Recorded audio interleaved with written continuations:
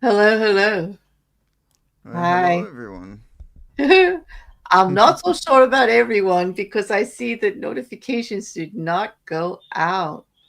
Yes, No, so we could be talking to ourselves for a little while. Oh wait, like we have Mrs. Cassandra. She's here. She ah, modding. yes. Welcome, love. Thanks for joining us. Yeah. But yes, it's a quiet Saturday evening here. How is it Mm-hmm. this morning in New Zealand? Oh, it's not raining. This is good, right? Are you still in Yes. spring? You still in spring? The rainy season? Uh, Yeah. yes, late spring. Oh, it's raining it's raining on the other side of the country with Mrs. Cassandra. So yeah, I have clouds but no rain. I had clouds all day, which was really good for what I did all day. You know what it Mm, was? Yeah, I slept just all day. relaxing. Yeah, Yeah. you would call snoring relaxing. Yes, if you call snoring relaxing, that's what I was doing. Yep. I can't even casually say I was reading and napping. I was zonked out, like completely out. Yeah.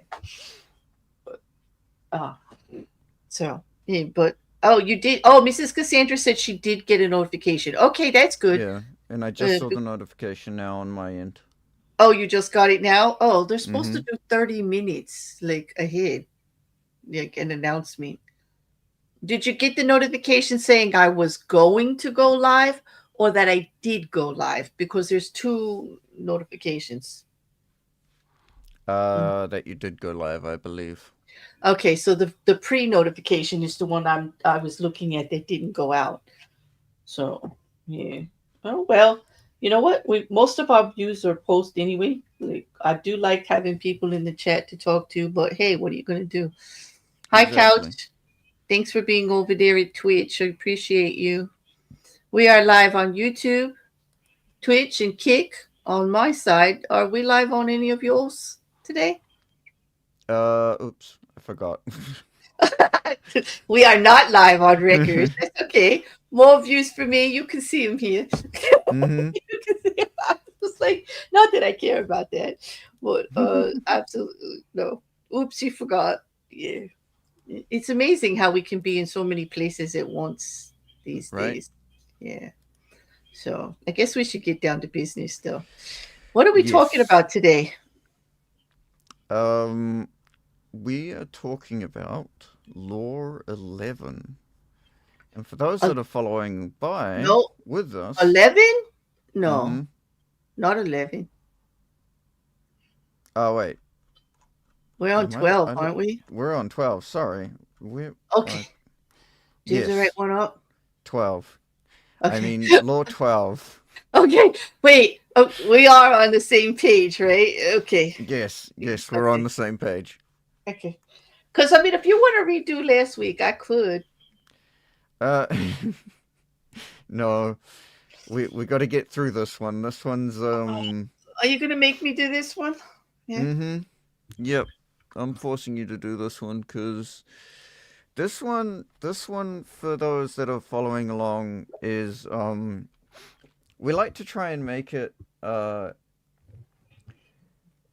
we like to make each of these laws sort of applicable to real world examples because this book is designed for business minded people going into business and like people who are in that Conquer the frame world of mode. that field of living.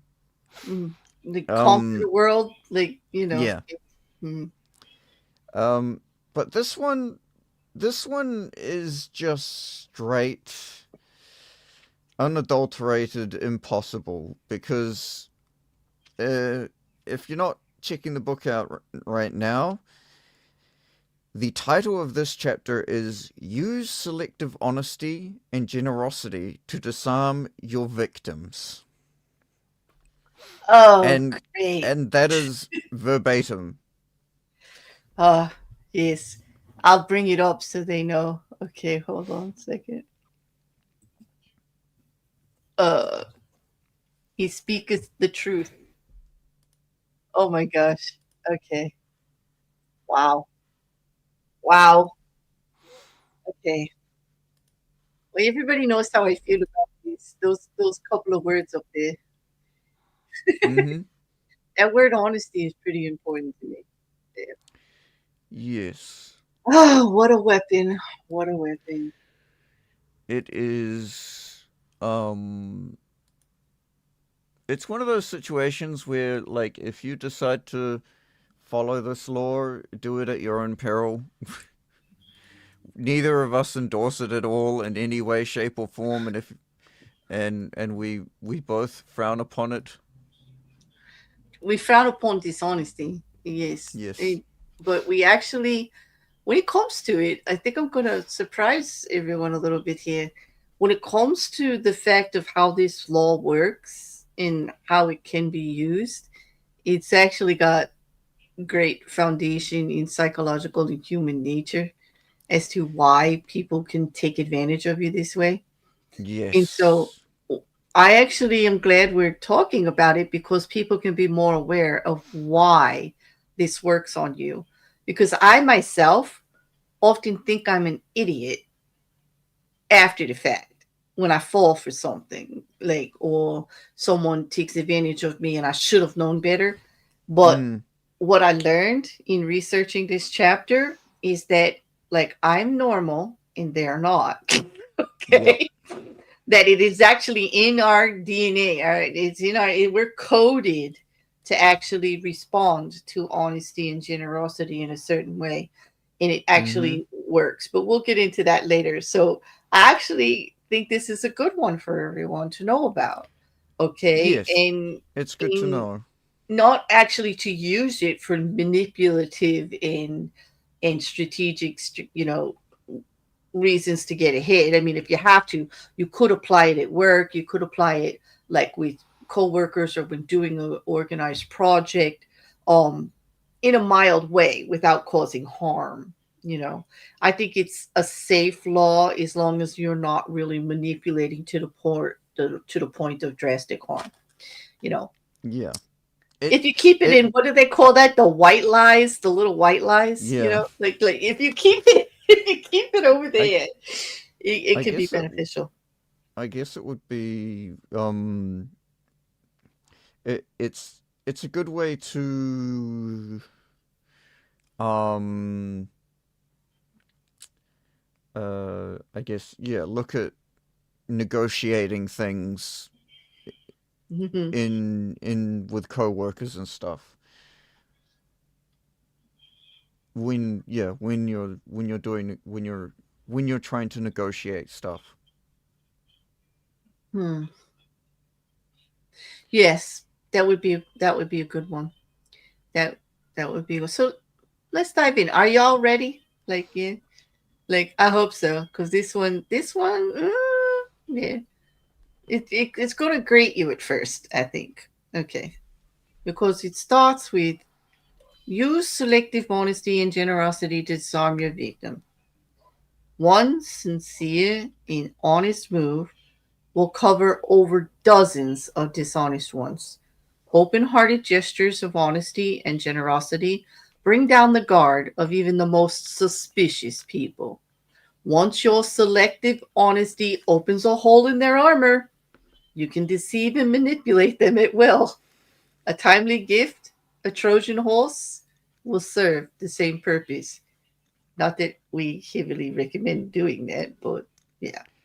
Yeah, we definitely do not recommend doing that at all in any way, shape, or form.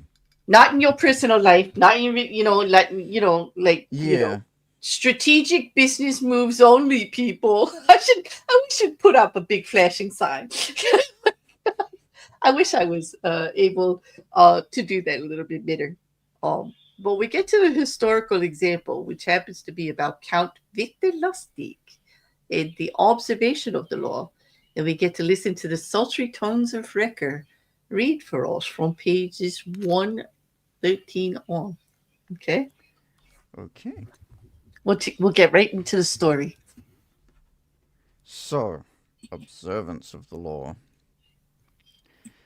Sometime in 1926, a tall, dapperly dressed man paid a visit to Al Capone, the most feared gangster of his time. Speaking with an elegant continental accent, the man introduced himself as Count Victor Lustig. He promised that if Al Capone gave him $50,000, he could double it. Capone had more than enough funds to cover the investment, but he wasn't in the habit of entrusting entrusting large sums of total strangers. He looked he looked the count over. Something about the man was different. His classy style, his manner, and so and his manner. And so Capone decided to play along. He he counted out the bills personally and handed them to Lustig. Okay, Count, said Capone. Double it in 60 days, like you said. Lustig left with the money, put it in a safe deposit box in Chicago, then headed to New York, where he had several other money making schemes in progress. The 50,000 remained in the bank box untouched. Lustig made no effort to double it. 2 months later, he returned to Chicago, took the money from the box, and paid Capone another visit. He looked at the gangster's stony-faced bodyguards, smiled apologetically, and said, "Please accept my profound regrets, Mr. Capone. I'm sorry to report the plan failed. I failed." Capone slowly stood up. He glowered at Lustig, debating which part of the river to throw him in. But the Count reached into his coat pocket, withdrew the $50,000, and placed it on the desk. "Here, sir, is your money, to the penny. Again, my sincere apologies. This is most embarrassing. Things didn't work out the way I thought they would. I would have uh, I would have loved to double your money for you and myself. Lord knows I need it, but the plan just didn't materialize." Capone sagged back into his chair, confused. I know you're a con man, Count, said Capone. I knew it from the moment you walked in here. I expected either $100,000 or nothing. But this, getting my money back? Well, again, my apologies, Mr. Capone, said Lustig, as he picked up his hat and began to leave. My God, honest. You're honest, yelled Capone. If you're on the spot, here's 5 to help you get along. He counted out 5 $1,000 bills out out of the 50,000.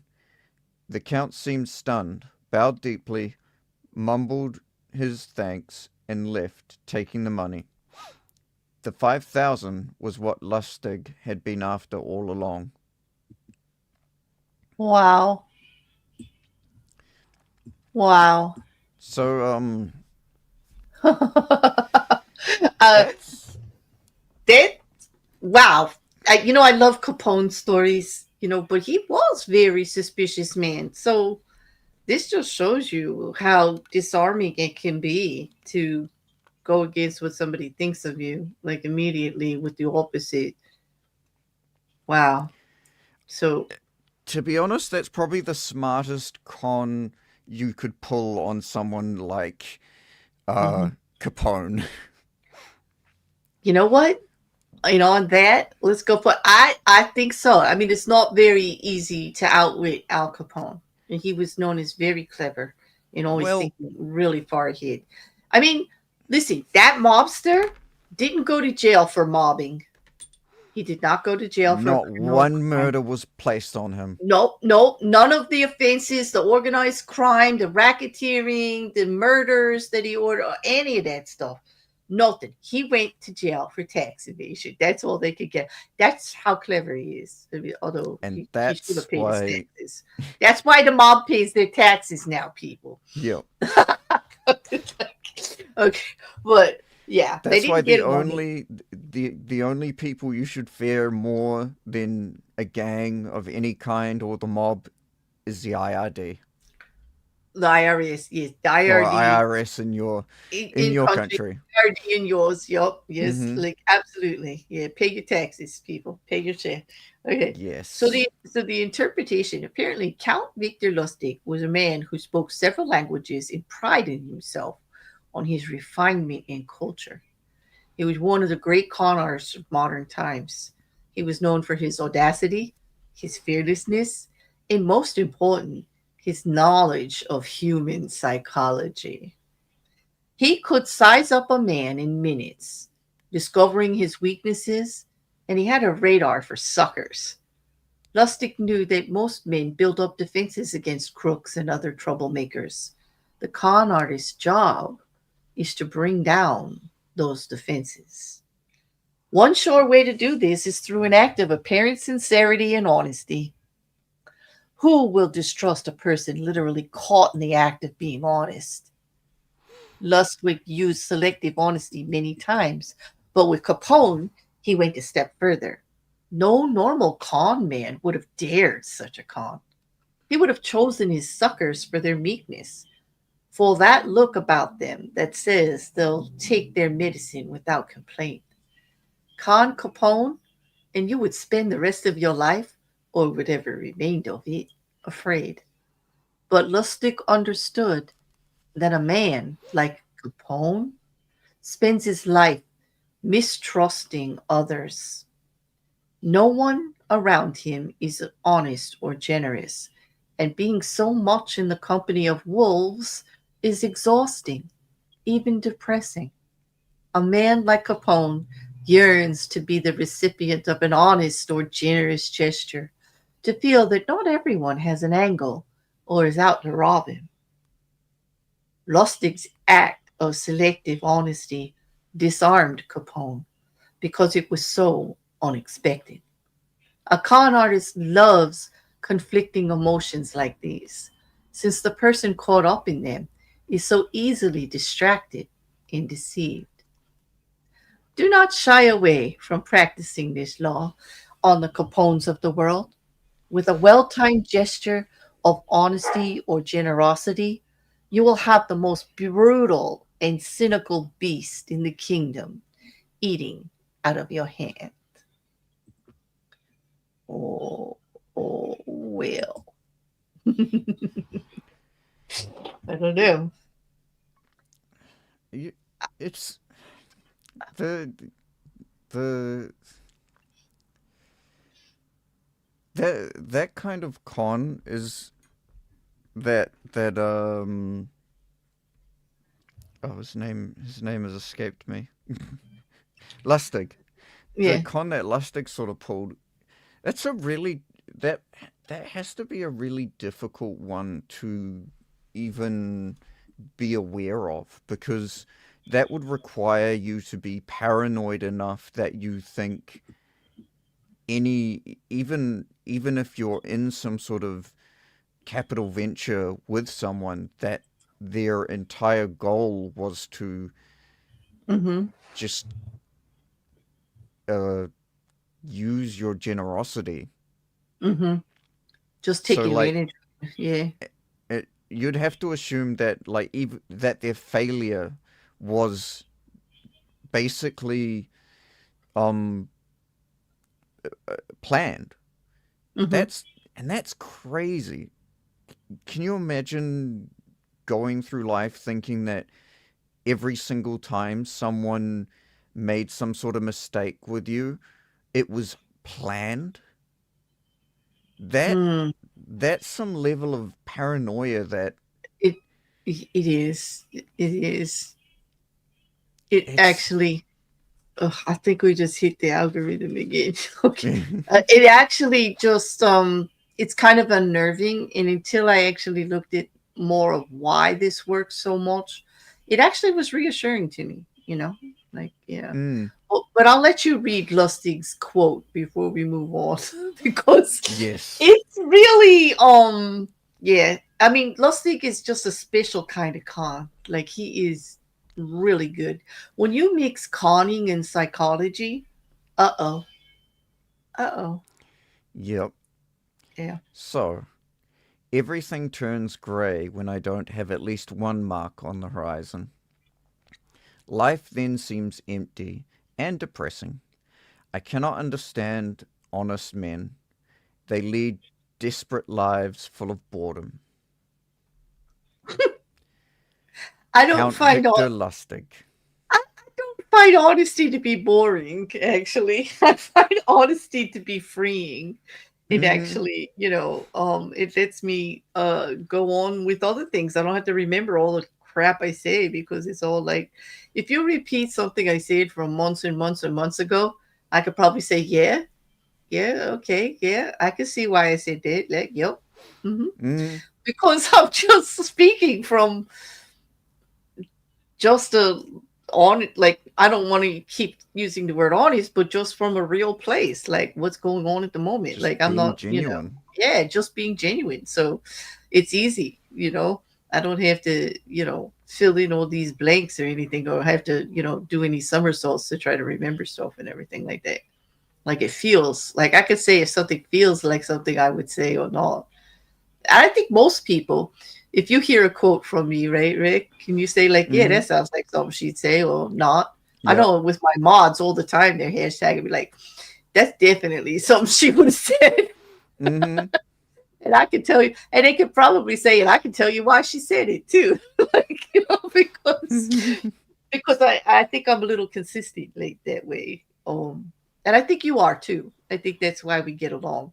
We have it different takes on things, but they're always coming from a genuine place. yes. Yeah. It requires so much less brain power to just tell the truth. I don't know how these con men do it.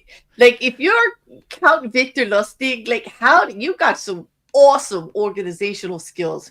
If you can keep track of all your lives and all your lives and maneuvers here, and he was really good. He had stuff going all the time, everywhere. Like, there's a lot about him, out there. If you guys want an That interesting read, just search his name and mm-hmm. look at all the cons that he did. I mean, this man tried to sell the Eiffel Tower. I kid you not. I kid you not.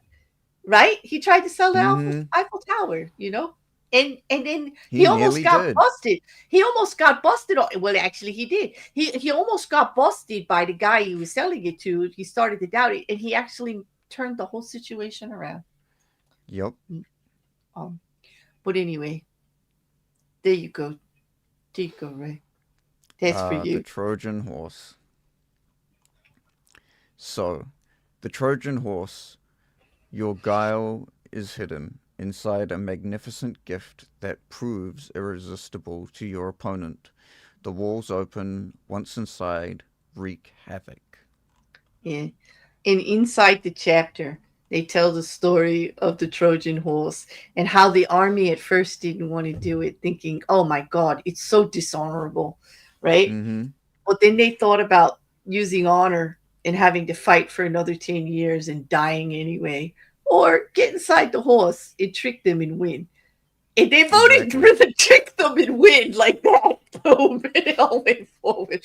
And integrity and honesty went out the window. And they said, yep, yep, rather to be a Trojan horse and alive with victory than be an honorable soldier and dead in a few years. I just thought that part of the story that kind In, of stuck with me. integrity and ideology is always steadfast until it is your life on the line. And then they seem to be incredibly pliable. hmm Well, you know what they say? Um, why not? Right? Mm-hmm. Like, why not actually if you need if you need to be a little dishonest to save your life or to stop something bad from happening or things like that, I mean, I don't see why. I mean, let's learn about these psychological uh maneuvers that work. They should be in your tools of what to use in case of emergency, so to speak. I would not make them a daily life lesson at all, but I think knowing about this stuff is important, although I think you just touched on something quite poignant. There is real world times when selective honesty is actually applicable. And hmm that's when it could save someone's life or hmm your own life. Like, for instance, if someone was going to go do something really, really dumb and you had to dissuade them of it by saying, like, it had, I don't know, it might involve having to face their deepest fears, hmm or lying about it having to lying about having them having to face their deepest fears just to get them to not do it, then I is would that be counted as, I Well, guess, uh morally appropriate. I right, think it appropriate? would be appropriate, and I think it would be one of those situations where the greater good, like doing it for the greater good, is better. Like doing it for the outcome for a specific reason that is actually going to be helpful and not harmful, Mm, would outweigh it being like the wrong thing to do. Like, because you're saying like right or wrong, right? mm, Like, okay, let me give you a situation. Um, Planning a trip with an ex to Cancun, okay, which is not in the United States, okay, not on the land. I have a fear of flying, so they told me we were going by cruise, and on the day of, drove me to the airport.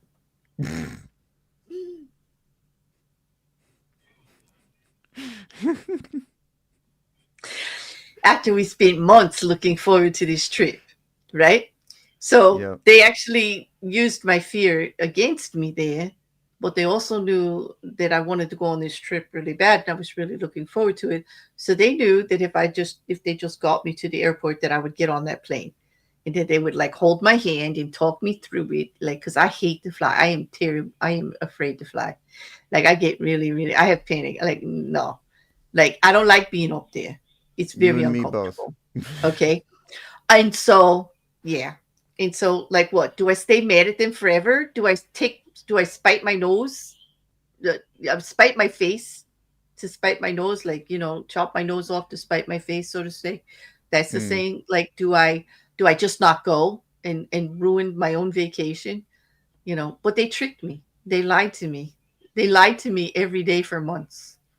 Mm-hmm. But that is the one instance where, for this particular person, I forgive them for lying. That particular person may have lied a little too much on the regular. But for that one, I did forget, like, I got over it. Okay. Mm. Okay. And hopefully it's not my fault and I set a precedent that I would always get over it, but I didn't. I never got over the others. Well,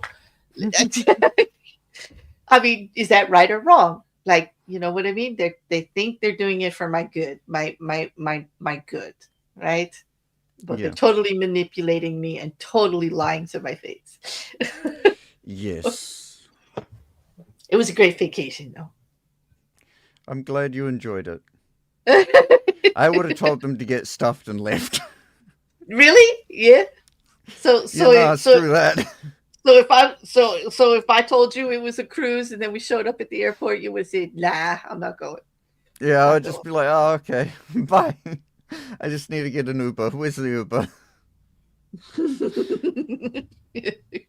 Okay, here's a good one from Couch. He says, I feel like the point to take from this is that falling for a scam is not just a matter of intelligence. I know a professional scam baiter, Jim Browning, who Jim deals with Browning's scammers. I awesome. love him. I love him too. You introduced me to him, didn't you? Who Mm-hmm. deals with scammers daily, and even the once nearly lost his whole YouTube channel because of a sophisticated phishing scam. Yeah, I know, and that's what we're trying to prove here. And we're going to get to the psychological reasons why it works and why we shouldn't feel bad, like when this gets used on us, because we're actually going with human nature in our natural instincts. There's a lot of psychology behind it. Yeah, so thanks Mm-hmm. for that comment, Couch, because you're spot on. And Yeah, that's, I it's guess not that's another. intelligence. We're not being dumb. Mm, Yeah. I guess with the scam baiting, that's another place where where it's more acceptable to lie in some way, shape, or form.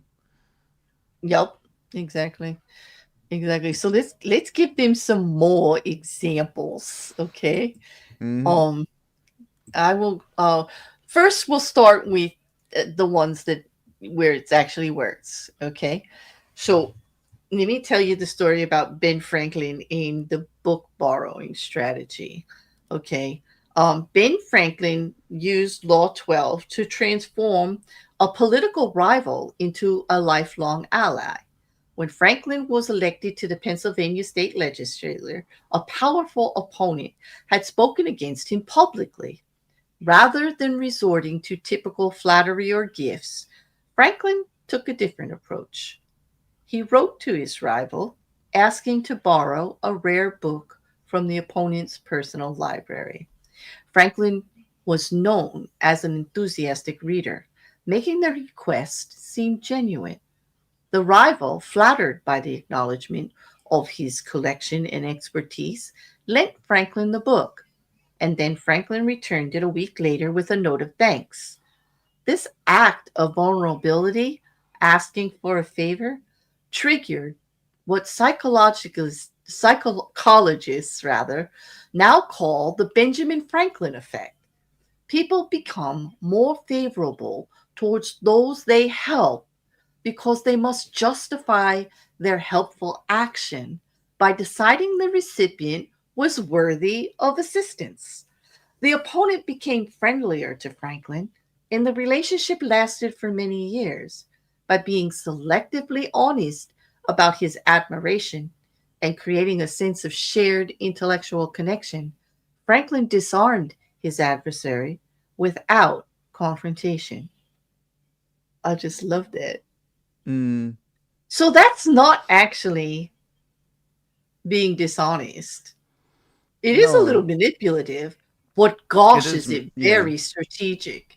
It's Mm-hmm. strategically manipulative, you know, for it. And also, well, the guy's out there talking crap about him. So what's he supposed to do? In this case, if you're going to say right or wrong, I say Ben Franklin was right doing it this way. Yeah. He didn't disparage the man, he didn't take advantage of the man. He just made a kind gesture,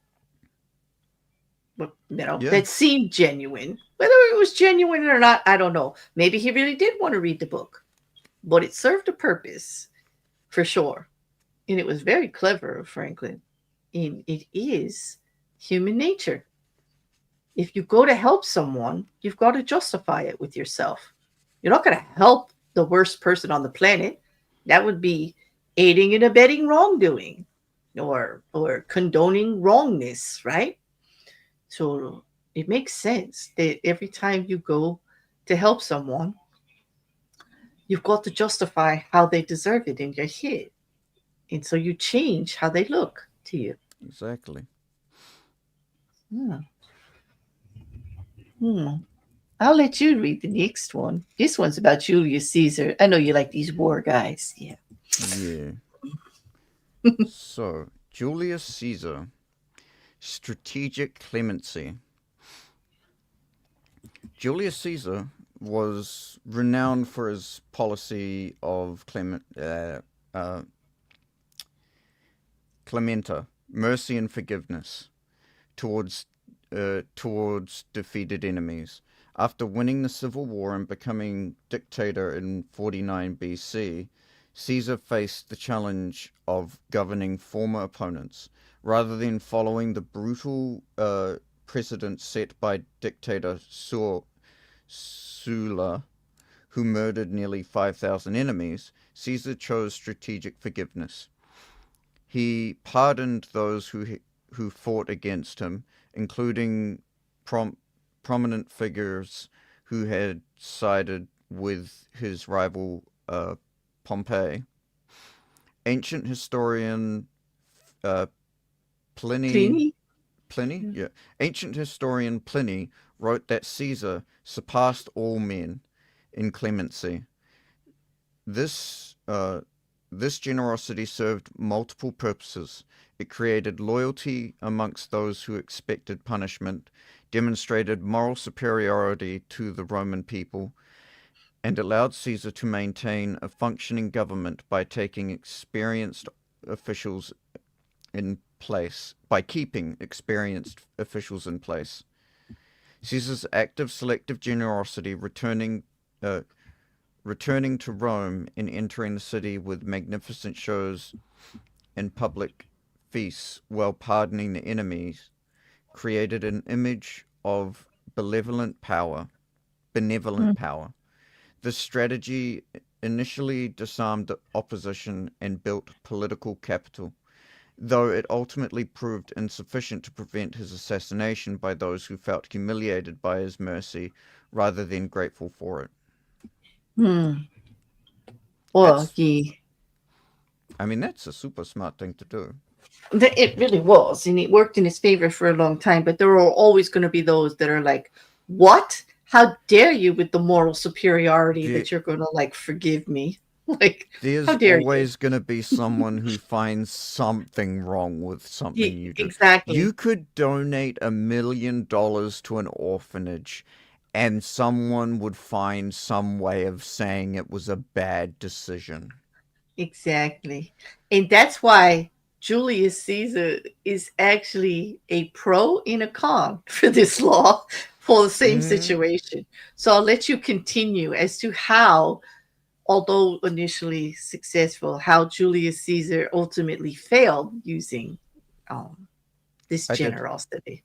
Yeah. No, the second part, the failed part. Uh, it goes on to Chinese emperor. No, go down to historical examples, failed applications in Ah, unsuccessful oh, okay, I uses. see. I found it. Yep. Because it's part two, like I the see. same I see. story, but yeah, yeah. Mm. I see, said Rekkr to the blind bear. Yeah. Oh, no. Okay. Okay. Julius Caesar's fatal miscalculation. While Caesar's clemency initially succeeded, it, ultim- it ultimately backfired catastrophically. His generosity towards enemies created an unintended consequence. Many of those he pardoned felt humiliated rather than grateful. By forgiving them, Caesar essentially declared their opposition had been inconsequential, which wounded their pride and honor. Hmm. Caesar chose what historian Barry Strauss calls the path with the least benefits. He pardoned his enemies, but did so in a way that emphasized his superiority over them. Rather than genuine reconciliation, his clemency became a form of dominance that reminded the forgiven of their defeat. This selective generosity, divorced from true strategic understanding of his enemy's psychology, led directly to his assassination on the idea of on No, the I, idle I, Ides yeah. of March in 44 BC. Many of the uh, con- Conspirators. conspirators, I knew that word, but it wasn't coming to me. Conspirators, It just including, looked weird. Yeah. yeah, conspirators, including Brutus and Cassius, were men Caesar had pardoned. The lesson, selective honesty and generosity, only works when they genuinely disarm. If they hum, if they humiliate or reveal contempt, they create resentment rather than loyalty. And that's always a risk because by Exactly. forgiving or like the clemency, you are like, it's nothing. I can just forgive you. Like, you didn't really hurt me that bad. You didn't do any damage. And in war, that's an insult. It's like, Mm-hmm. what? Clemency, You're I not would rather beheading me? die. Again, war, I am ready to die for my beliefs here. Like, you're not going to kill me? What the heck? Like, they're just Mm-hmm. like, I could see how they like way to get. And that Ides of March, isn't that like a weird way to say just March 13th? Like, what the heck? Yeah. Yeah, it's like the Ides of March is like when the winds come in Ireland, in Scotland. Like, Mm. so it's the Ides those first 2 weeks. So, like, yeah. Anyway, it's a European kind of thing, but Very not. European. Yeah. But there's another example of when it doesn't work, selective honesty. And that would be in one of your favorite people, Rick. Oh, joy. Yeah. Let's talk about Elizabeth Holmes. Okay. Okay. Elizabeth Holmes in Theranos. Okay. When selective honesty becomes pure deception. Like, just, yeah. For Elizabeth Holmes was the founder of blood testing startup Theranos. She provides a modern cautionary tale about the limits and failures of Law 12. Holmes initially employed selective honesty and strategic generosity effectively. She cultivated an image of transparency and revolutionary vision, attracting powerful board members, investors, and partners like Walgreens. However, Holmes crossed from selective honesty into pure deception. She claimed Theranos technology could perform hundreds of tests from a single drop of blood, but the reality was far different. The devices frequently malfunctioned, and the company secretly used traditional commercial machines from competitors like Siemens to run most of the tests. Yeah. Holmes falsified lab results. And misrepresented the capabilities to investors, partners, and patients. She was Mm. a filthy liar from the start. Hmm. Yes, but she She target like the whole targeted some of the idea. worst, like, there's a special place in hell for those that con people in medical need. Hmm. Yep. They're like to to take advantage of someone in that kind of need, in that vulnerable situation, is just Yeah, it's it's despicable. revolting. Yeah, it actually is. You know, but she crossed from selective honesty into pure deception at that point. She claimed that Theranos technology could perform hundreds of tests from a single drop of blood, like I said. She falsified lab results and misrepresented capabilities. But when employees raised concerns, they faced intimidation and pressure rather than honest acknowledgement of the problems. The company culture became one of distrust, psychological pressure, and outright lies. Holmes allegedly lied about even trivial matters, like her location in the office, creating an environment where deception was omnipresent rather than selective. The collapse was inevitable when whistleblower Tyler Schultz and investigative journalist John Carrio exposed the fraud. The carefully constructed image shattered completely. Holmes was convicted on 4 counts of fraud in 2022 and sentenced to over 11 years in prison. Her failure demonstrates that selective honesty requires a foundation of genuine capability. When everything is deception, the eventual exposure destroys all trust permanently. Mm, Exactly. mm. Oh boy. Yeah, she's your favorite person, I know. Yeah. I mean, she even lied about her voice. That's the crazy thing. Her voice, yeah. Yeah, Oh so boy. um if you see any like videos of her talking in public, she actually made her voice deeper to sound cuz she believed that it made her sound more important. So Wow. she would be like, "Oh yeah, yeah, Theranos is we're Was she doing even this for okay? Is she even a real blonde? Like, wait, no. now I have to know. Oh, there you go. Okay, so there's nothing genuine about this woman at all, right? Okay. Yeah. Oh, Let me just make sure. I'm sure she's not. no, that's like okay.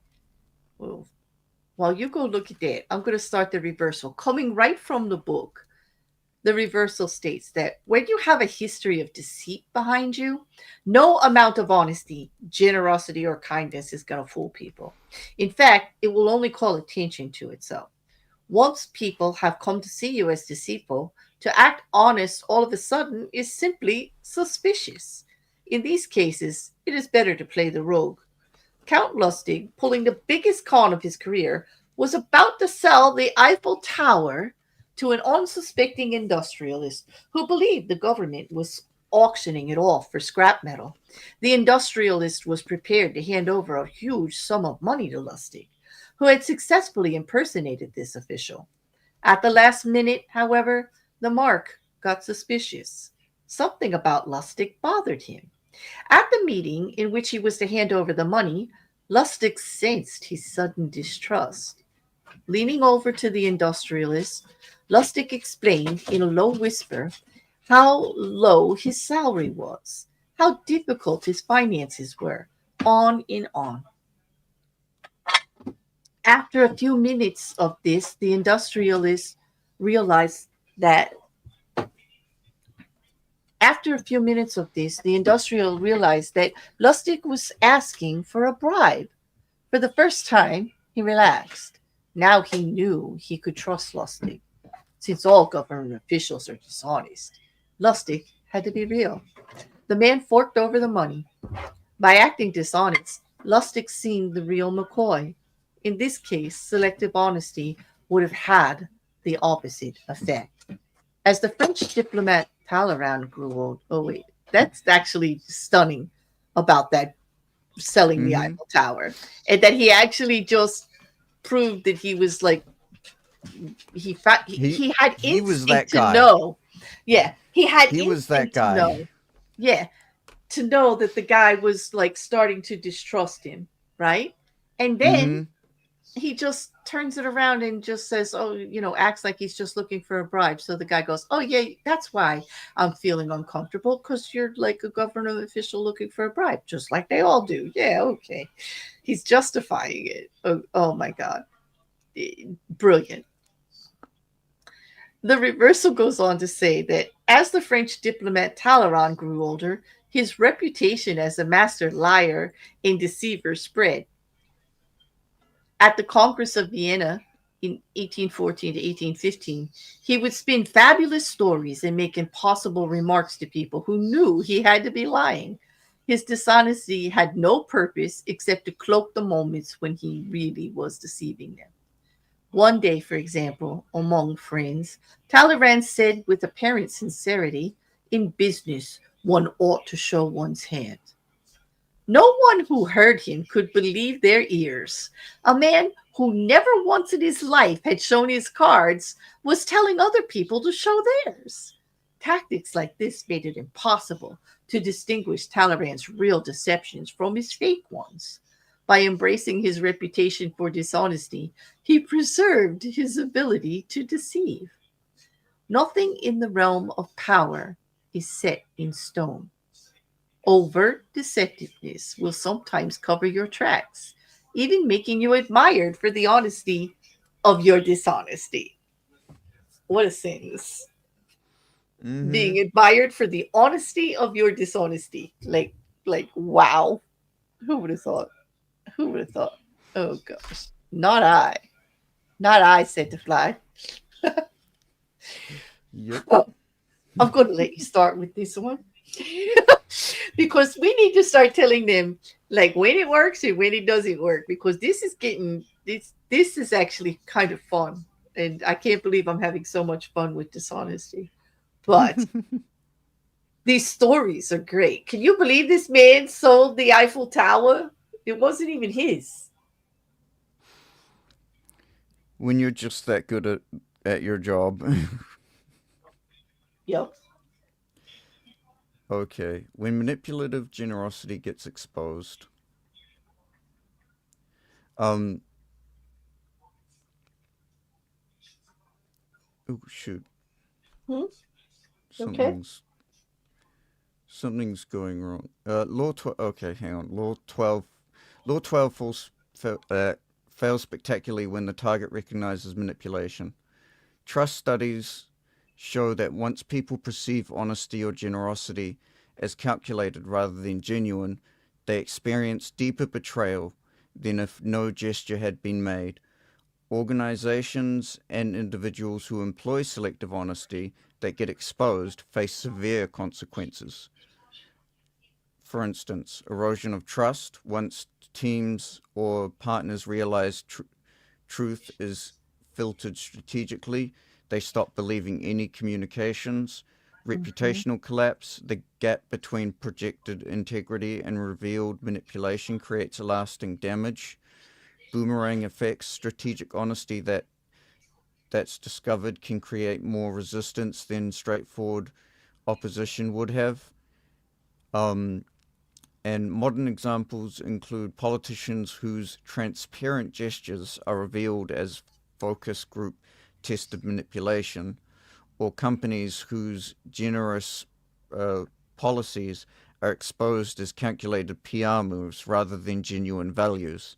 And we've seen that Mhm. happen quite a lot, Yep. especially in a lot of the like Google, for instance, um, when they basically threw out any of their LGBT stuff and would Mhm. as soon as they found out that it wasn't going to be as lucrative, Mhm. um, as a lot of companies have. And to be honest, I'm personally surprised anyone ever thought that they were doing it earnestly, because they're they're literally there to. It's the bottom dollar. Like they really don't care if you ever see a company saying or trying to support a cause, they're not doing it out of earnest. They're not. Right. They, and and Well, you in get most cases, I would say the majority. Yeah. Yeah. 99% of cases. Okay, I'll throw Ben and 99. Jerry's at you though, because Ben and Jerry's like just donated, or Newman's Own. Newman's Own has from the life of their company, done 10% of their profits back into environment in local organizations that are supporting the environment or community gestures for no other reason than that was their mission statement. Both of I them. should make it more accurate then. Yeah. When Well, companies are publicly supporting a okay. a Yeah. cause, then Randomly too, like just yeah, like yeah. randomly or publicly trying to um, show that they're supporting a Mm-hmm. specific cause, Mm-hmm. then 99% of the time, 100% of the time, they're just doing it for PR. They are, and it's usually a trend. It's usually like a hot topic that's going on, or something. You know, we saw that with the Bud, like you said, the Budweiser uh, ad. That Yep, as soon as it got pushed back, Bud. got pulled. They Yep, didn't believe in anything. Yeah, yep. so, you know. As soon as Budweiser, the Mhm. Budweiser is another incredibly good example of Right. They when. acted like they were all supportive and to each his Yep, own and this and that. And as soon as they got pushed back, whoops, it disappeared. Oh, yep.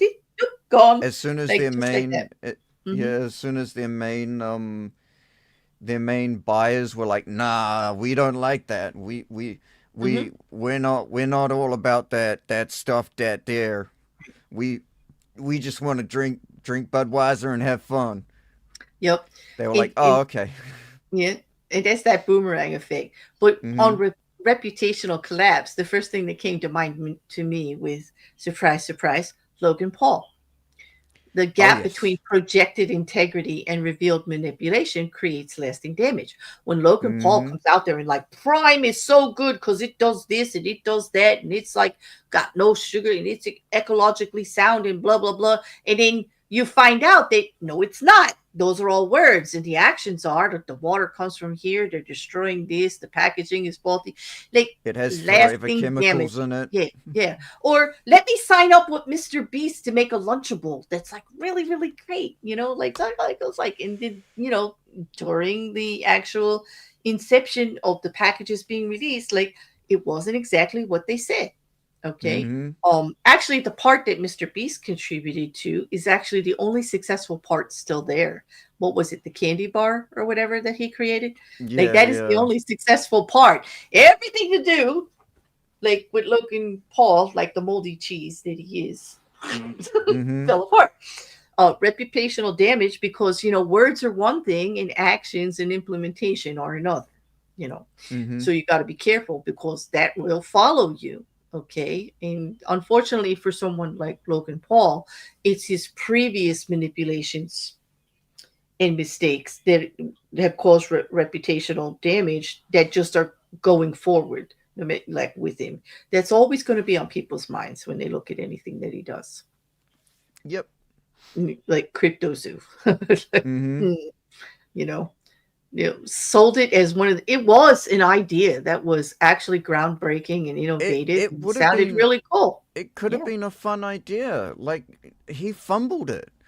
If he actually went through with it and built it, it could have been a fun little game for Hmm. people to play. But Hmm. no, he had to cut corners Right. and not do his due diligence. And unfortunately, the people that he had designing it and helping him with it, he trusted them, and he did in some ways become a victim to their manipulations in dishonesty.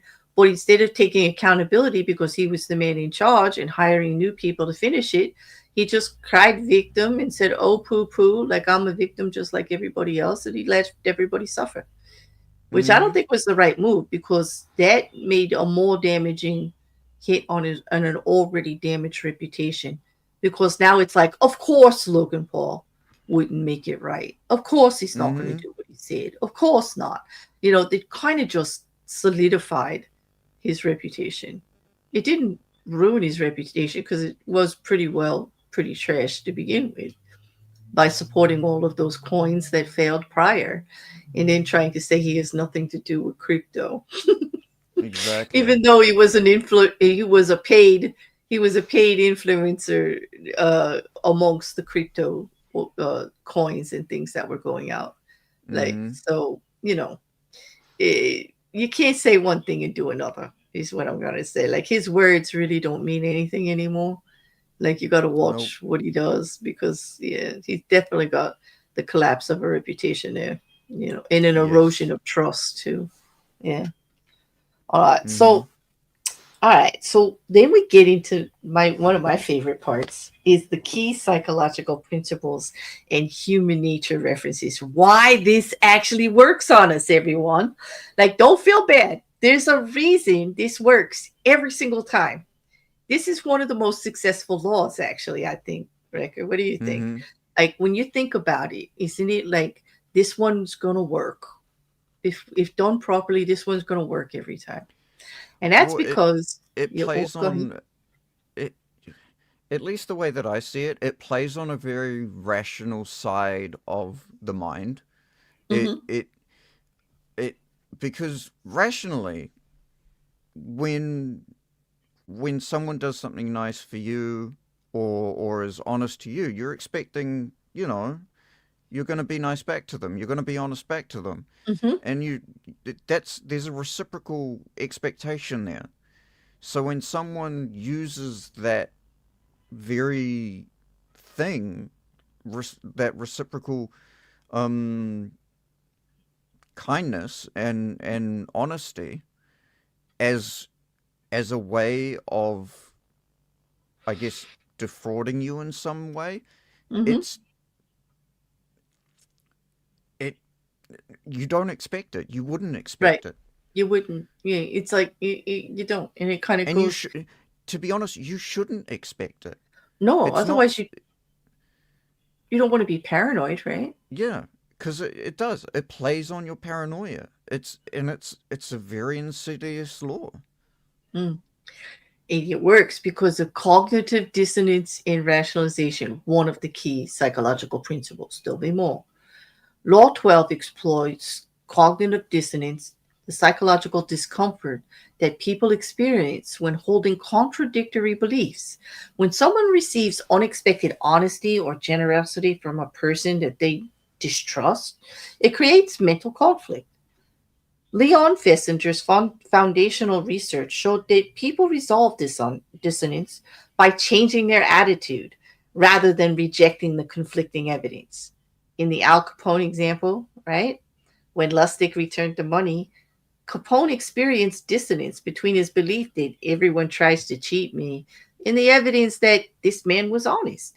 Rather than remaining suspicious, Capone resolved the dissonance by deciding Lustig was trustworthy, which made him vulnerable to manipulation. The principle: people change their perceptions to match unexpected behavior rather than maintaining suspicion when confronted with apparent honesty. Now, you don't have to naturally distrust someone, but you don't naturally automatically trust them, right? So when you're Mm, meeting somebody for the first time or you're engaging in a deal, there's a little distrust there. There's not automatic trust, okay? Because you don't know them, right? But exactly. it's in our nature to find a reason to believe them, automatic, like to just find a way to get comfortable with it. You do the next one. This one's good too. Uh, the reciprocity principle. Uh, that last name, though. um it's Ro- Cialdini. Cialdini. Okay, I see. Robert Cialdini identified reciprocity as one of the six universal principles of persuasion. Humans are hardwired to feel obligated to return favors and kindnesses. This tendency is so powerful that it works even with small, unsolicited gestures. The dis- the disabled American veterans demonstrated this by including personalized address labels with donation requests, increasing response rates from 18% to 35%. The gift, no matter how small, creates a sense of social obligation. Law 12 weaponizes reciprocity, strategic acts of generosity, or honesty, uh, or honesty creates a psychological debt the target feels compelled to repay. The Chinese concept of giving before you take captures this perfectly. The initial gift makes the subsequent taking less visible or objectionable.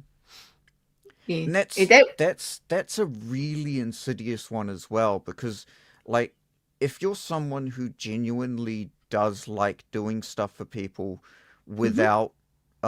without getting anything in return, you out of just because you want to do this for them, Mm-hmm. it it now you got to be thinking, oh, are they going to think that I'm trying to manipulate them somehow? It's just like it it this law sort of makes it very difficult to if you live by this law, it makes it very difficult to um I guess even accept help from people if you're in Mm-hmm. that position, or give or even want to give help to someone Mm-hmm. if you're wanting to do it just because and not expecting anything in return. Exactly. Humans are Yeah. inherently Yeah, trusting, I was Rocket gonna just Couch. put that up. Yep. Yeah, Yep. That's what it is scams what employ. scams employ. Yeah. Mm-hmm. Exactly. Yep. Very, very. Okay, so the next one is another one, the Benjamin Franklin effect that we talked about in self Mm-hmm. justification.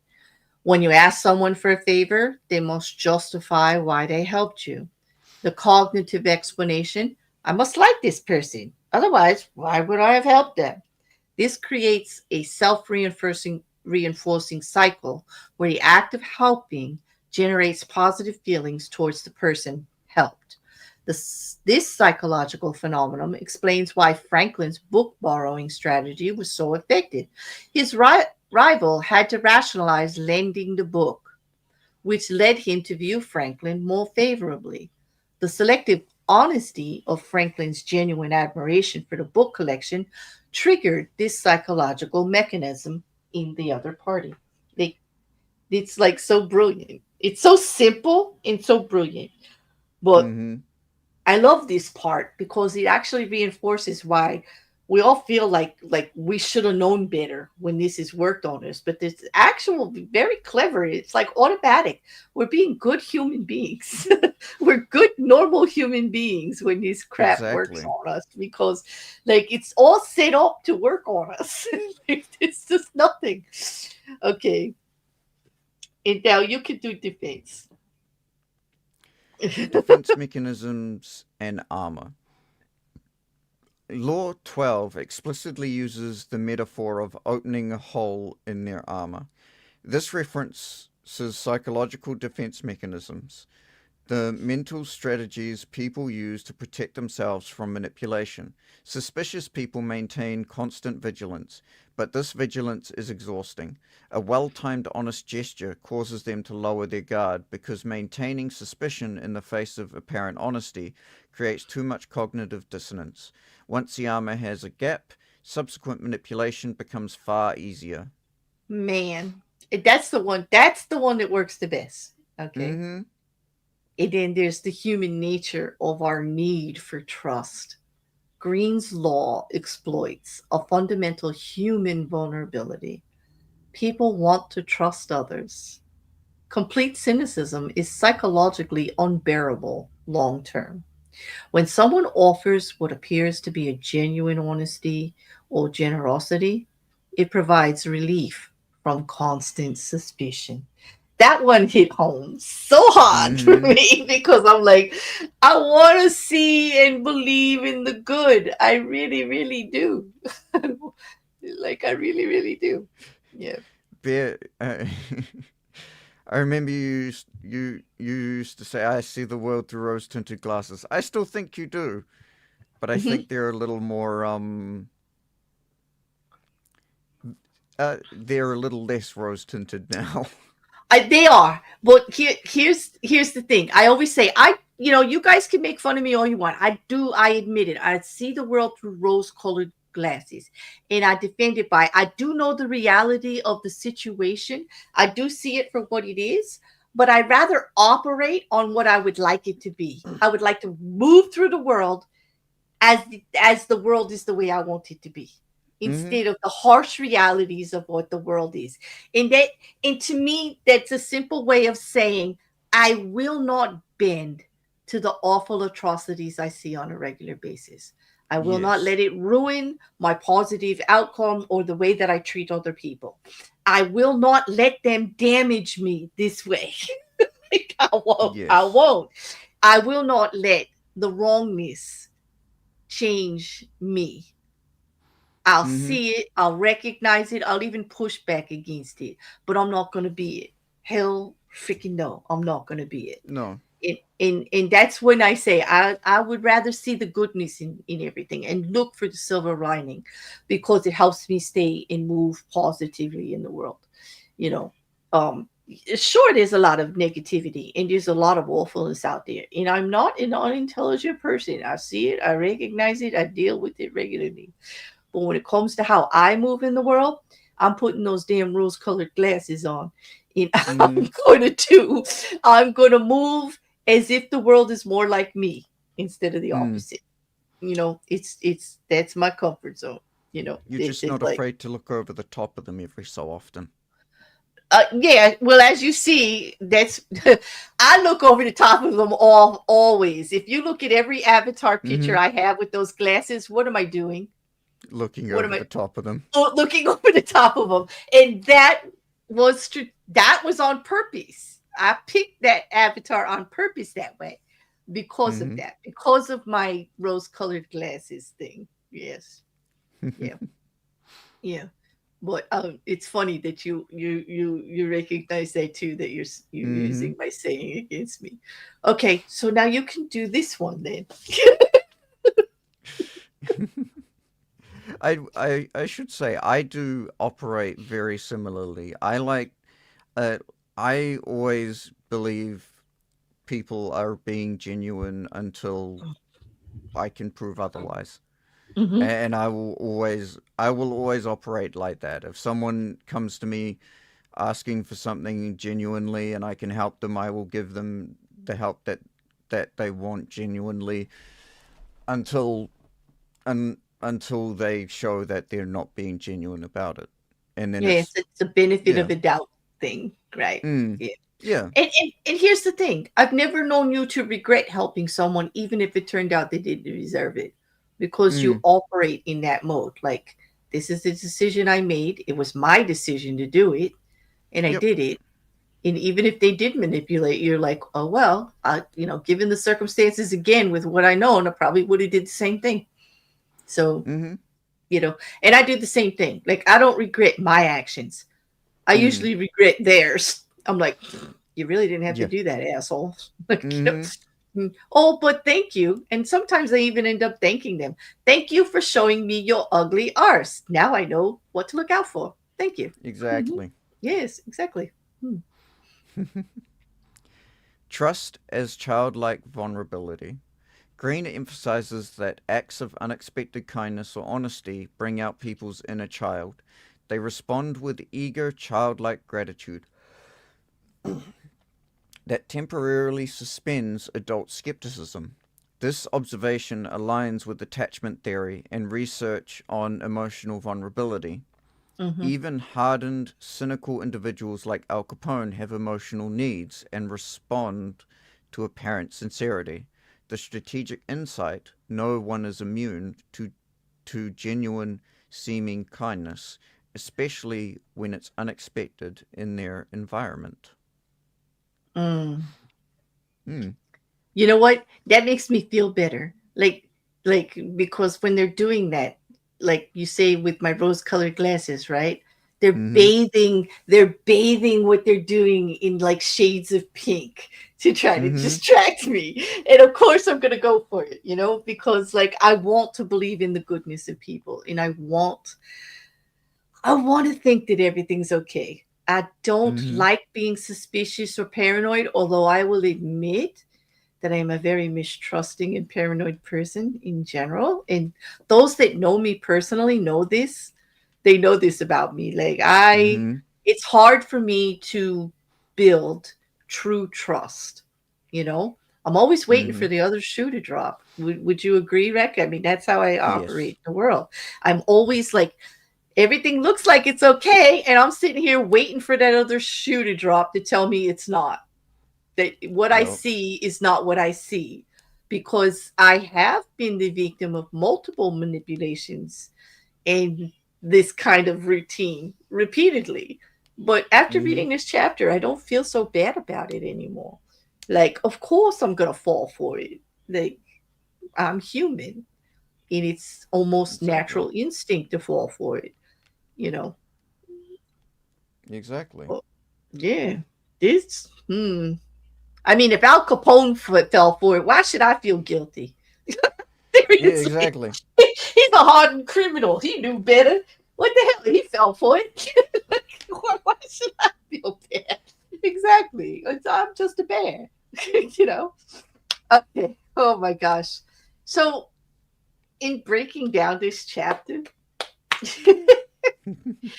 it was hard. Like, there's quite a few points. We'll take turns and talk about each one individually, right? Mm-hmm. So we'll go over. I'll let you do the first one. So, Okay.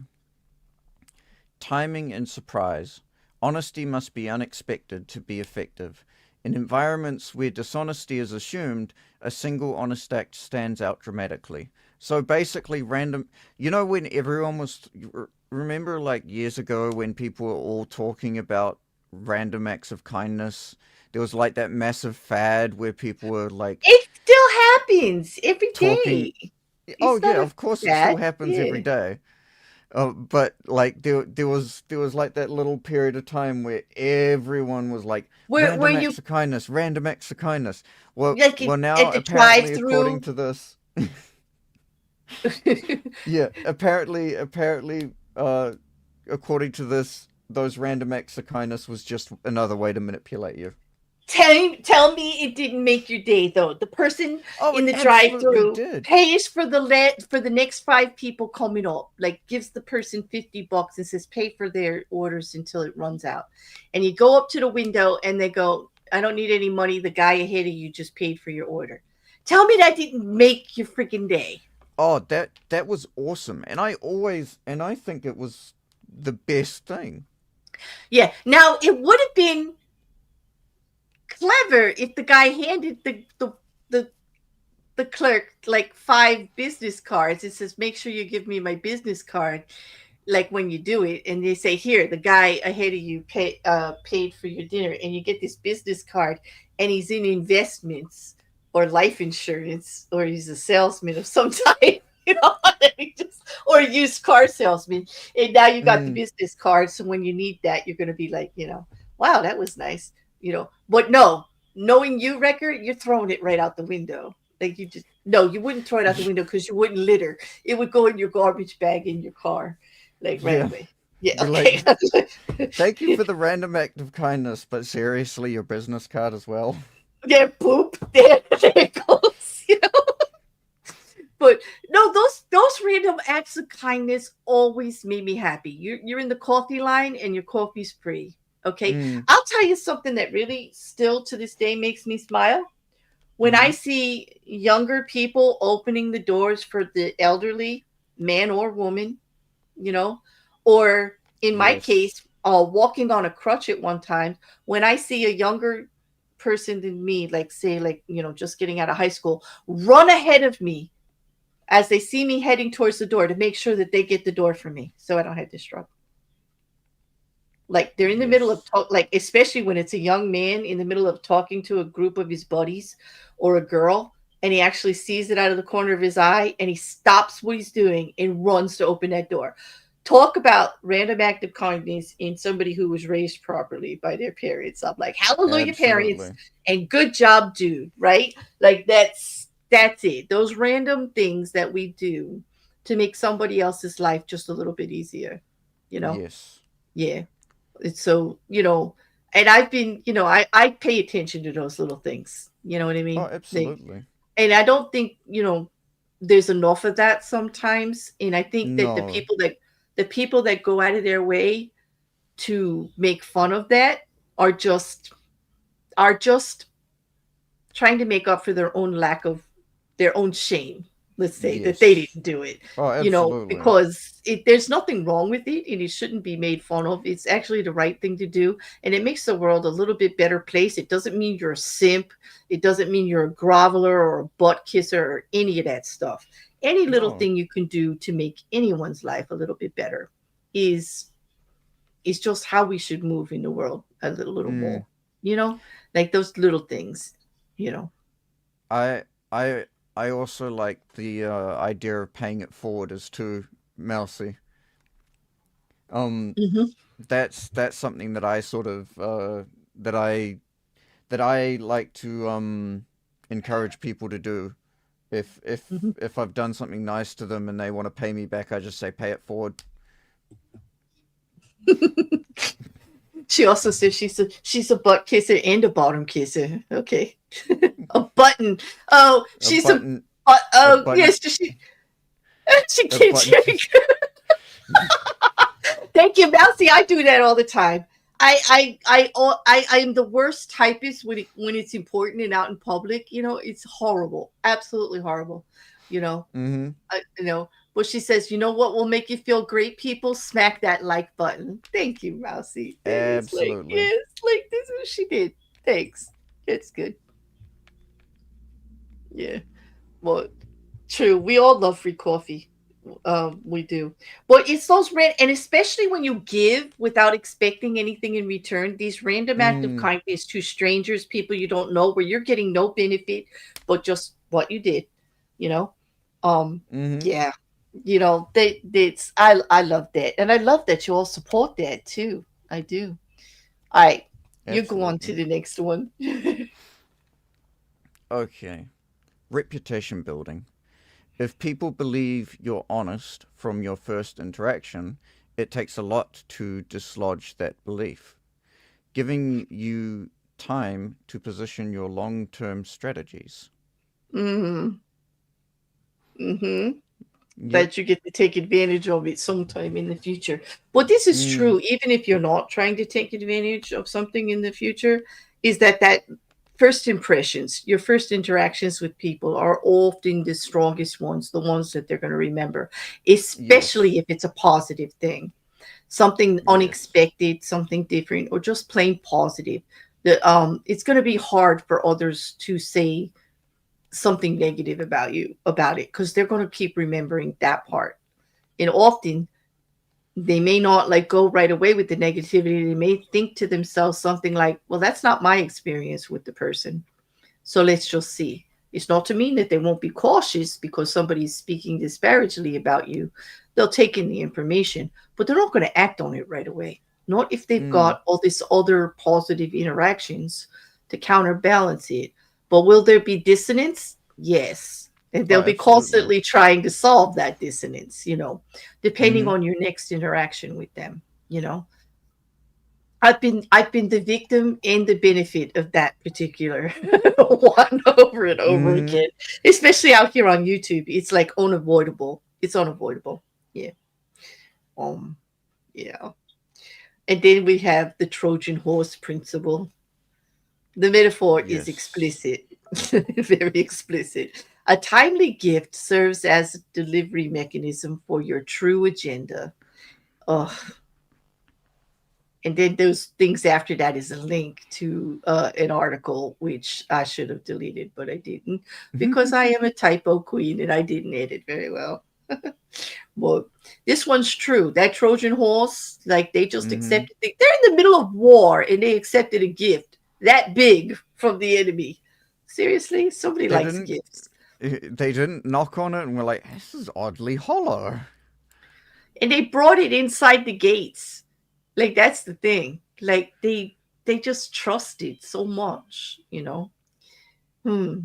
That true to be, that but that's it. Like Yep, sometimes the unexpected, the last thing you would think in the middle of a war of two sides was an unexpected gift from the other exactly. side, like that. Although nowadays, since the Trojan horse has been told, the story has been told over and over and over again, I don't think many warring factions would accept big gifts suddenly from No, the I other don't think so side. either. I think that one's been played out a bit. You got Mm-hmm. to make it a little less obvious.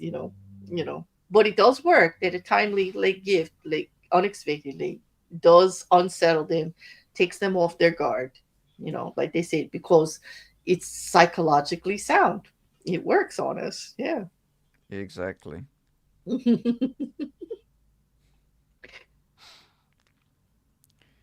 And so the next one is selective, not comprehensive. The law emphasizes selectivity. You're not. You.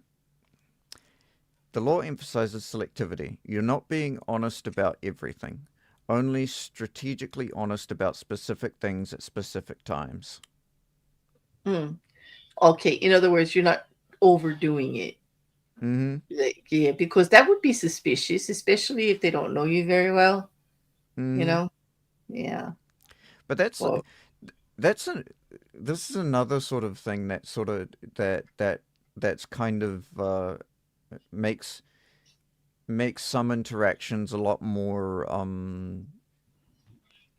uh, uh, conspicuous as than others. Like if someone, for instance, wasn't a big sharer, and so they and so you've been asking you ask them a question, and they give you an answer, you might and then you might ask it another time in a different sort of way, Mm-hmm. and they give you a more more of that answer.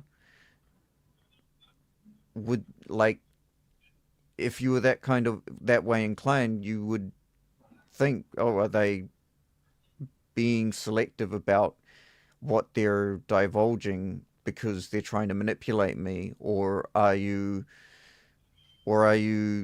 they just not that way inclined? Mm. I know me personally, I don't always. I I'm notorious for like only giving very direct answers with things, and and it has to be asked in specific ways for me to be able to uh make sense in giving you a wider context of Mm-hmm. certain situations or certain topics. Oh, you know what? That resonates with me. Those of you that have had the honor and privilege of having private conversations with Record would understand that if you ask him a question that has a yes or a no and he gives it to you, you often will say, if he answers no or yes, you'll say, well, can you go in further with that? Could you give me like why? I'm often saying, could you give me the reason? Like a little bit more? Like why no? Why yes? Like Mm, often you have to follow up with the second question on what mhm, direction you're going in. He doesn't make any assumptions. He really thinks it's a yes or a no. Seriously, that's what you get. Um, mhm. you know, you do give us the rest of it, but I do. you kind of got to pull it out of you. Yeah, It doesn't and it's automatically come unintentional. out. I don't do it intentionally either. It's not like a conscious thing that I'm like, oh yeah, I'm only going to give them a yes or a no, because it Hmm. It it just just that's yeah. it's When just how given a I've yes always or done a it. no, that's how you answer because it's a Yeah. yes or a no. I mean, you explained it to me once. You said, "But that's what you asked me, like yes or no," and so that's what Mm. you got, yes or no. I'm like, Mhm. okay, I can understand that. That's why I always do the follow up question now.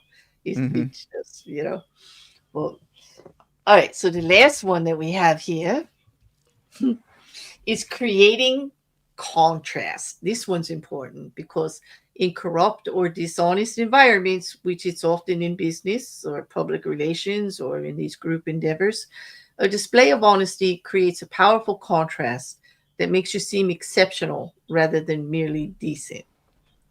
So, like, against all odds, they did something nice. So they must be a Mm, great person, right? Mm. yep.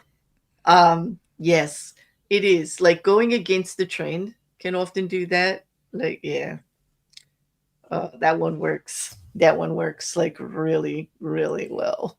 Yeah. Mm-hmm. This law is so amazing. That was the end of our presentation, believe it or not. I can't believe we finished that in like so Yeah. quickly.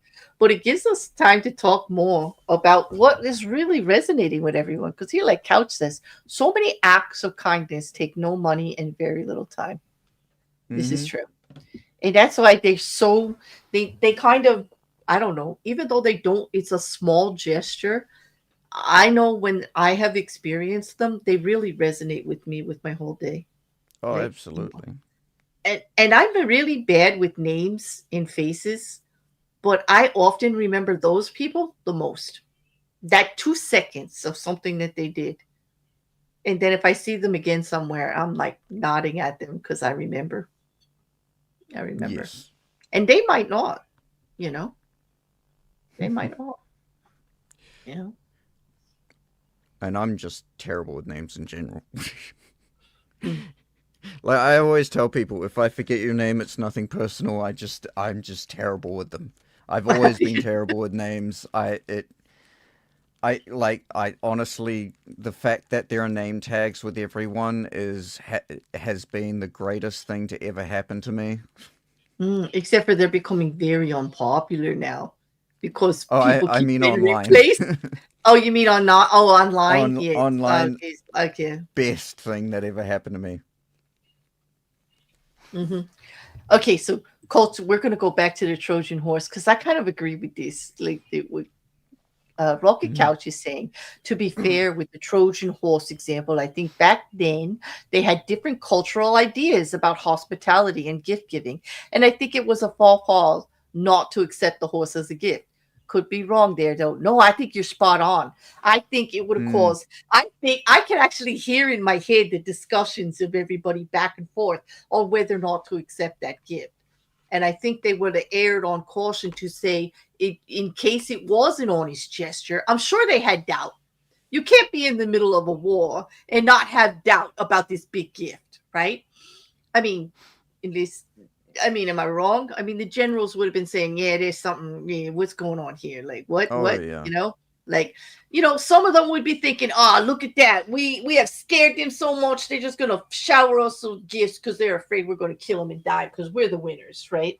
But also, they're Mm-hmm. gonna be like, "Would we actually turn away this gift? What if it is a general surrender in a peace offer? What, like, we could end the war for all of our people here, and how bad would we look to our people if we turn this away, this opportunity to settle this, right?" Mm-hmm. So I think you're spot on there, Couch. Based on even nowadays, it would be that way with the culture. Like, if there was a way to end the war for the people, like, how's it going to look if we don't take this opportunity? Like, The yeah, I Trojan, think, yeah, yeah, it would and the still work a Trojan little bit. horse is absolutely still being used to this very day. hmm A perfect example. If I'll try not to make it too um uh political, but it is very common for people in people who write the laws and stuff to put really deranged um ideas and Oh, you mean the and pork and bills, like the little yeah, things they add on so that somebody will sign it so they get the signature? yeah, Like, like "Oh, yeah, like your giving area giving needs giving this." extra So, yeah. funds to orphanages, but you slide in like and and now we're allowed to use homeless people as test subjects. in Right, something experiments. like that. Like whatever, Yeah. like they do that with the different legislators that are, congressmen and senators who are looking for things for their area, Mm, key issues. And so a bill that has nothing to do with their key issues will have something to address it. And this is the yep. pork of all bills. This is why a 10-page bill, for one thing, turns into 2,000 pages before it's signed at the end, you know. Yep. Yes, you did good with the politics. You didn't mention the T word. What? Yeah, no, don't. Tyrannosaurus Rex? Yes, the T-Rex of it all. Yes. Yeah. hmm Yup, that's what we're talking about, Mippet. Tagging on all those little amendments, those subchapters, those little things. The pork fat, all the bills in Mm-hmm. America. That's how it's done. Yeah, which is absolutely atrocious. Like, come on, do your work, write your paper, write your bill, put it forward. Let's vote. It's just like, Yeah. be honest. Come on. Because here's the thing, like most Americans don't know about all that pork that's in the bill. They just know the main issue Well, and they're it's for or against. They don't know all the other stuff you're signing off on. no, because they make it a point to like, oh, you They're don't want to sign this bill that gives extra funding to orphanages? How right. heartless can you be? Because you can't answer them intelligently. You can't say, I'm not heartless. I just don't want you testing on homeless people because you haven't read all the pork because they don't give us that information. Right? Nope. Yes, Mm-hmm. because I would push back on them if I had the information. Like, don't be trying to manipulate me with the orphanage when you're trying to test on homeless people. No, no, no, no. Exactly. Okay. Like, of course I would give you money for an orphanage if you didn't want to test on homeless people.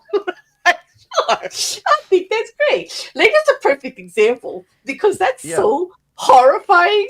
Like, That's that's that's why most of the time when anyone ever hears about how some congressman or some congresswoman or some politician is this heartless person because they wouldn't sign a bill, more hmm often than not it's because that bill has other stipulations in it that would absolutely be I have a perfect uh example. The mm, shutdown right here in America going right now. oh Yes, the reason they say, like they're saying that one side over the other shut it down, and it is mm, because there was clause in there that would raise the rate of health insurance for like 2/3 of Americans paying health insurance in our country by Jesus. 3 times what they pay now. Okay, and there was also this little thing that was added in there. Okay, and I did check this with Reuters and Forbes to make sure it was true because it was all over on X that Mm, they were going to make corrupt charges invalid when administration goes foul of the law. oh Like you couldn't charge them with well, contempt when they violate court orders. Hmm. that Now, that's can you see interesting. why people didn't want to vote for this? Mm, Yes, like gosh darn the other side for actually reading the oh, fine print. How dare right. you? How dare you read the fine print?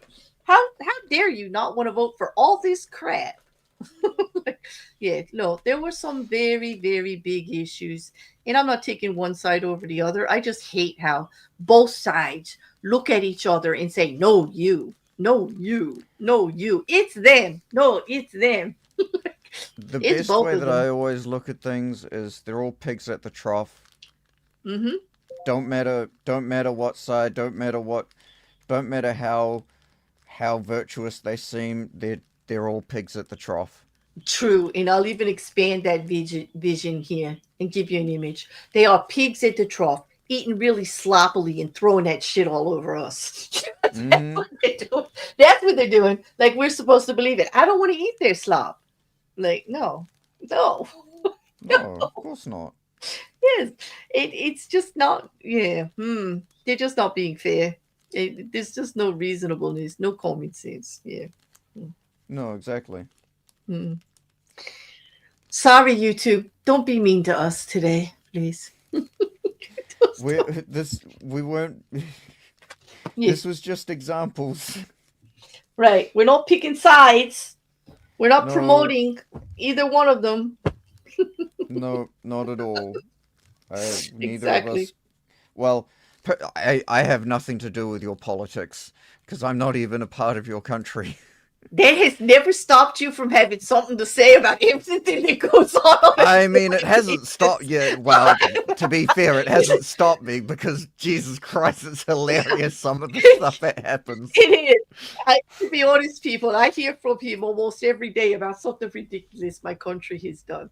Like it's just part of our relationship, and I look forward to it actually because I actually Hmm.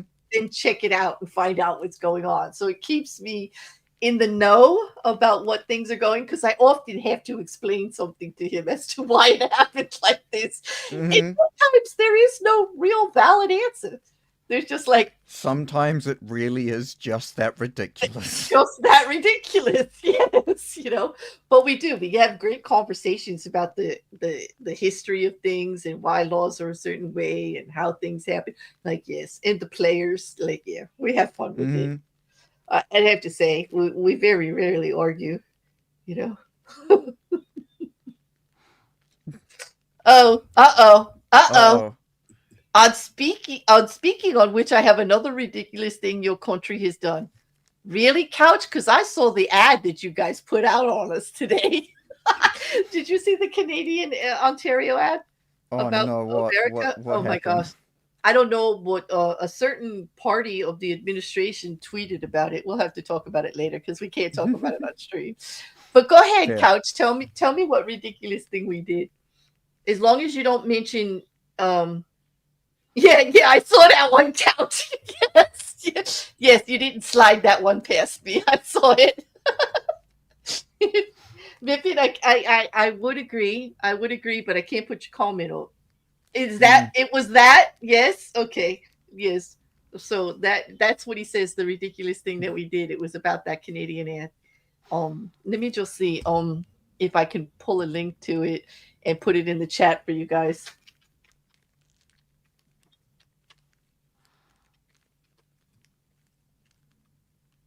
Hmm.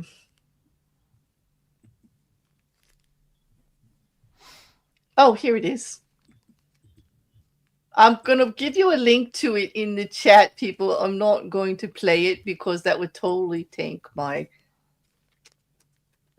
stream. We're not allowed to pick sides like this unless we're approved for political advertising on YouTube. Yes. I mean, they don't pull down your video or anything. You're allowed to have free speech. I don't want to give you that idea. That's supposed to say the Canadian ad. I've left off the word ad. But that's the link The to the Canadian, actual. just that one. Just the It's that Canadian. dastard Just one. Canadian. And it wasn't Couch. Don't think that the Canadian was Couch. He didn't do it. No, he's innocent. He's innocent. It's not Shill either. Leave her be. Okay. That dastard Canadian. Yeah, exactly. Um, but anyway, I don't want to say that YouTube doesn't let us say what we want to say because they do. What they do is Hmm. they pull it from the algorithm or limit it because they don't want anyone picking sides. They don't want to promote one side over the other, which is fair. I agree with Mm. that. Yeah, But exactly. I like being in the algorithm. I do. Well, we want this to reach as many people as possible. Oh, Like, one of our episodes really reached a lot of people. I just saw the numbers on that one. I was like, why that one? It must have just hit the sweet spot of the algorithm, or it was a really yeah, slow day on YouTube. You know, yeah, so people were like, "What are these two cheese balls up to?" yep. Yeah, Might as well kill a couple hours. yeah. It was like I've got 60 minutes to spare. Let me see. I got an hour to spare or so. Let me see what they said. Yes, Mm-hmm. yeah. And we did get a lot of comments too, but they were mostly positive. People like your voice. They love the music. Yes, I get a lot about the music.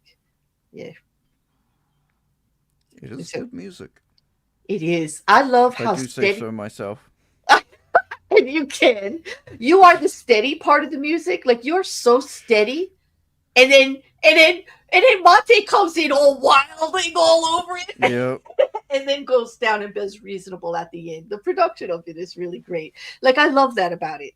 Like I do. It's Mm, like you're the steady force like of the song, and then Mate just like he starts out steady and then he goes all jazz ham on it. mm. And I love that part. I love it. I love the creativity of it, the way you guys balanced it out. The production of it is absolutely phenomenal. So yeah. Oh, anyway. Hmm. Well, on that, like, what else could we possibly say about this one? You guys have any Um, questions? Hmm. try. Hey, Charlie. Hey, Charlie. Good to see you, Um, dude. I, I guess like try not to be paranoid. Go But mhm. after reading this law. Yes, yes. There's no need Understand. for it. Exactly. That was my takeaway. That Mm, we shouldn't feel guilty. It's mm, because there are many psychological reasons why this works, and it's human nature for it to work. They're taking mm. advantage of you on just being an average, normal person, you know? And that made me feel better because often you're like, oh God, I should have known better. I feel like such an idiot. I feel like a fool, And in the like, moment, you absolutely do feel that way. yeah, Like, I'm you've and heard me that's say that a million times, yeah, right? Like, yeah. yeah. And I've been there myself. Hmm. I've been like, I should have known. I should have known better. I shouldn't have done it. Hmm. But But here we are. on that case, like you can actually say, no, I actually responded the way I'm geared to respond as a normal, healthy individual with a good Mm, outlook, and it's actually all on them. If people are going to go out of their way to manipulate you and be dishonest, there's really nothing you can do. Okay, no. there's no like magic divining stick that we can put in front of us that it's gonna go liar, liar. Yes. You It's can't because read minds, and you would because never want to. no, the more I thought about that, remember we were talking about that once about the superpowers or like about reading minds. Would Yes. that not drive you crazy because you could never turn it off? And Yes. there's things you don't want to know, like you don't want to Yeah. know, You. you know. I will always stay strong in my opinion that reading minds would be the worst goddamn superpower to have. It would Right. be nightmare fueled. Because I'm telling you, when your girlfriend or your sister, your mother, or anyone in your life says, "Do I look fat in this?" They don't want the answer. They don't want the real answer. They do not want to know. They do not really want to know. You just need to give them a nice compliment. It doesn't even have to be about what they're wearing. Those are great Could shoes. Your hair looks nice. You smell good. yes. Like, And could you imagine reading someone's mind at a moment where they might have like an intrusive thought out of context? yes, true. Like like you're just talking to them casually and you hear coming out of their mind, if I poked them with a sharp object, it would be hilarious. And it's like, what? What? What? Okay, serial killer alert here. You often do this to me. I was just thinking that often I put the serial killer comments into stuff like that. Can you imagine how often that's in the back of my mind and I don't say it? Like, right? Exactly. Like it, but like completely out of context. You would freak out. You're like, this person's trying to kill me, Yes, and, exactly. when it's not. It could just literally be a random intrusive thought. Yeah. I love Charlie's answer because he turned fat into the compliment. Like I just tell her, "Yup, your ass looks fat as hell," like pH instead, and then I grab it. Very good, Charlie. That's a good answer. It only gets weird as if it's your sister Yes, or your mom. Like or your yeah, mom. you would. Or a coworker or whatever. Mm-hmm. Yeah, well, yeah. Just don't get no charges on you, Charlie. Yeah, Yeah. yeah. Well, no, I do like. I'm glad that Peoples is here today. To Mm-hmm. talk. This was a good one. When I This first was a read the good one. title, I know when you first read the title, were you like, "Oh crap, Claire's really going to give me hate for Yeah. this"? Yeah. But and I surprised you because I actually went with it because I actually saw some good in doing this one, a lot of good in doing this one, at least for Mm-hmm. me personally. Hmm. Like you're just eating breakfast and you hear from your partner's brain. I wonder how many people I can push in front of a train before someone catches. Exactly. Like that would definitely disrupt my Cheerios for sure. Mm-hmm. I would be like, okay, okay, yep. Hmm. Hmm. Oh my gosh. Oh God. That's too funny. I mean, we could go on all day with Or you this. hear them thinking, or you hear them thinking, I wonder how hard it is to get away with familiar side. Oh my God. Or like, you know, what is it with this trend of like poisonings going up, like or something like that, Right. It's like, I wonder how many different ways there are to poison somebody's cereal. Like, I mean, if they could hear I mean, Yeah. often I talk out loud, right? Like I think out loud a lot. I mean, of course I talk out loud. That was stupid. I mean, I think out loud. Like I actually process stuff verbally, like Mm. outwardly, okay, instead of internally. And so, like, if I'm researching something, how often have I actually talked to you about, like, I'm researching something called, I wonder how easy it really would be to poison somebody that knows you really well? Like, Yeah. or I wonder how you could poison someone who's already been poisoned in the past. Like, really? Like, Yeah. there's got to be a Or way, right? And like, or I often wonder, like, does Record think I really am a serial killer? Like, when does your fascination with something become like an obvious tell? yay. Right? You know, because I mean, seriously, we have conversations like this when I'm researching things like about certain cases. Like, it's crazy. Absolutely. Yeah. Mm. As many of you know that followed me, if I talk to you in the Discord, like we get into some really uh what others may call bizarre conversations if you don't know the context of what I'm researching or what I'm doing at the moment. Yeah. I have to remember to put a prefix on there to people I don't know very well. Like, Yes. yes, like I was just reading about this for a case I was looking into. I have to make that a standard line Mm. for opening conversations. Otherwise, I could get like a really murderous reputation. Yeah. Mm-hmm. Mm. But that just tickled me. Couch, you really tickled me with that one. 'Cause it's so apropos. Like, very much so. Like everyday life for me. Well, on that, we're almost at our 2 hours. We're just shy There of we eight are. minutes. You got any last words for everyone? Um, let's see. It's only mess if you can't find something you're looking for. Until then, it's just organized chaos. Oh, that I like that. It's not missing. Yeah, it's just No, it's not organized. mess. Oh, it's not. Oh. Yep. It's not mess if you can't find something you're looking for. It's not mess until you can't. Until it's only mess if you can't find something you're looking for. Until then, it is just organized chaos. Is this your way of saying you're not cleaning your room today? No, it's my excuse. It sounded like a statement. It's not an excuse. It's a statement. It's not a mess. I don't need to touch it. It's just organized chaos. I'm fine. I'm fine. It's like when the room's on fire and everybody stands there and says, "I'm fine. Everything's fine. Mm-hmm. I'm fine." Yep. You know, just your own personal organization method. I get it, Couch. Yeah. Mm-hmm. I used to love. You know what sign was over my desk at work? What? Yes, a messy desk is a sign of genius. And then I in must fine, be. I must be rivaling Einstein then. and my boss came along one day, and in parentheses, in fine print underneath it, he said, "And don't start the challenge conversation with her. It will go on for 3 hours."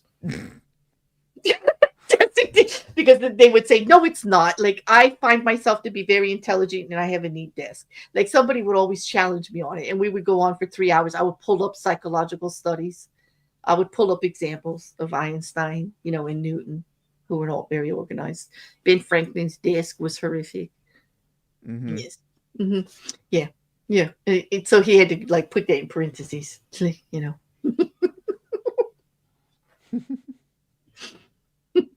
Well, yeah. Yeah. No. Well, anyway, Mippy says we all know. I don't want to know what you all know. Mm-hmm. And yes, thank you, Mrs. Cassandra. Thank you, everyone, for joining today and contributing to the Yes. conversation.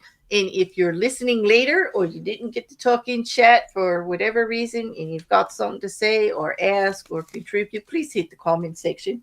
We both like that, don't we, Rick? We like listening to all of the Absolutely. stuff, and And if you the disagree with encouragement. us, let us know why. Yeah, yeah. If we made complete total asses and fools of ourselves up here, just let us know. We're open. We want to hear from you. That's the purpose of what we do, is to Mm-hmm. open the lines of communications on subjects. It's what I'm out here on YouTube to do in any of the endeavors I am doing, any of the series. It's to start the conversations and to, connect and relate to everyone. In also, if you do have criticisms, it's so we can grow and be better, you know. And don't forget, Exactly. if you are a member of the YouTube channel or a Patreon, or a member of the Patreon, or if you follow me on Twitch or Kick, hit me up in my Discord to get into the library where we do a lot more in true crime and things like that. That it is part of the perks, and that is how you get in there, unless you're a collaborator of mine. Okay, but send me a message if you're a follower and you want that link to get into the Discord. And for the members, if you go to the community tab, there is a link right in a members only post that you can hit. It's live forever. And also, if you were gifted a membership, that still qualifies. You'll still get into the Discord. Okay. Mm-hmm. So just go ahead and take advantage of that and see what it's like. There's a lot more on all the subjects that we cover, including this one, like records in the Discord, and you could start a conversation about anything that we do.